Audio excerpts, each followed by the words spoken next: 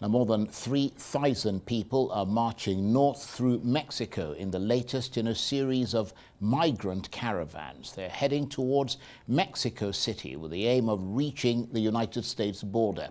The migrants are mainly Venezuelans, but there are people from as far away as China and other Asian nations. They're also demanding action after 40 people died in a border detention center fire last month. We're protesting the 40 deaths in Ciudad Juarez, to demand the closure of the National Migration Institute, to demand President Obrador pay attention to us because ours is a good cause, to demand the removal of the migrations director because these centers are the concentration camps and bunkers of this century. We don't have any other alternative than leaving from here and keep moving forward. We won't give up. We all want to go to the United States, to fight for a better future for my daughter here and another one I left in Honduras. More on that story in a moment, but this just coming in over the past hour. America's Fox News has parted ways with its controversial presenter Tucker Carlson. A long-time fierce defender of former President Donald Trump, Mr. Carlson was one of the most widely watched U.S. news presenters. His departure comes just days after Fox settled a defamation suit against Dominion, a vendor of electronic voting machines that was slated by Mr. Carlson and other Fox on-air personalities in the wake of Mr. Trump's defeat in the 2023 election.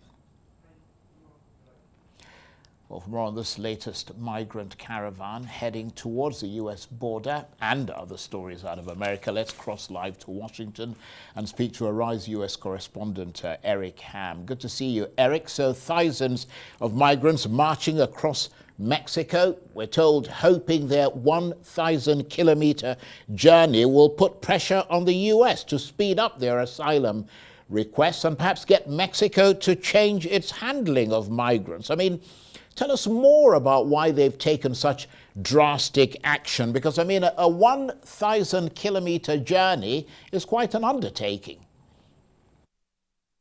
It certainly is, Charles. And this is something that we have been seeing play out in the United States since President Biden was inaugurated back in 2021. There have been so many migrants flooding into the United States. And of course, we know states such as Texas, Arizona, and even Florida have been moving many of these migrants to what are called sanctuary cities, such as Chicago, New York, and of course, Washington, D.C., where here they have been dropped off directly at the vice president's residence. And so what we're continuing to see is an administration that is hopelessly attempting to try to find a solution to this influx. We know early on in the Biden administration, we saw the vice president travel to the Northern Triangle countries, Guatemala, El Salvador, and Nicaragua, to tell and to implore many of those attempting to make the treacherous journey to do not come to the United States. Clearly, that has not worked. And also, just last week, we saw the firebrand Republican Congresswoman Marjorie Taylor Greene actually call the Homeland Security Director a liar to his face during a congressional hearing. Incidentally, she was also silenced at that hearing by the chair, a member of the Republican Party as well. So this is an issue that is now causing tremendous rancor, both across party lines and within parties as well. In fact, just recently, 2 days ago, here in Washington at a conference, the mayor of New York City, Eric Adams, actually blasted the Biden administration, saying that they have not done enough to actually try to curtail this issue, and that New York is facing a huge budget shortfall as a result of the influx of so many migrants into the city.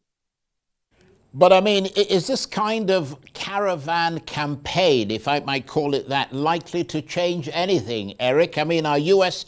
lawmakers really likely to care because of this large group of people walking across America?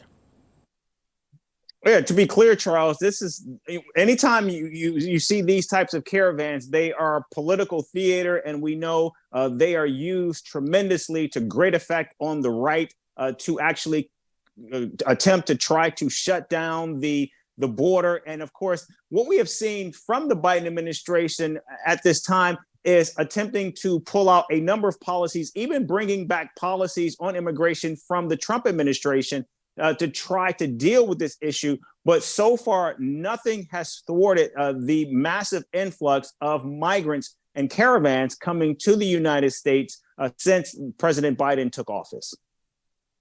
And before we go, Eric, we're hearing that Tucker Carlson is leaving Fox News. I mean, how big a surprise is that? Because, I mean, he's Fox's biggest star.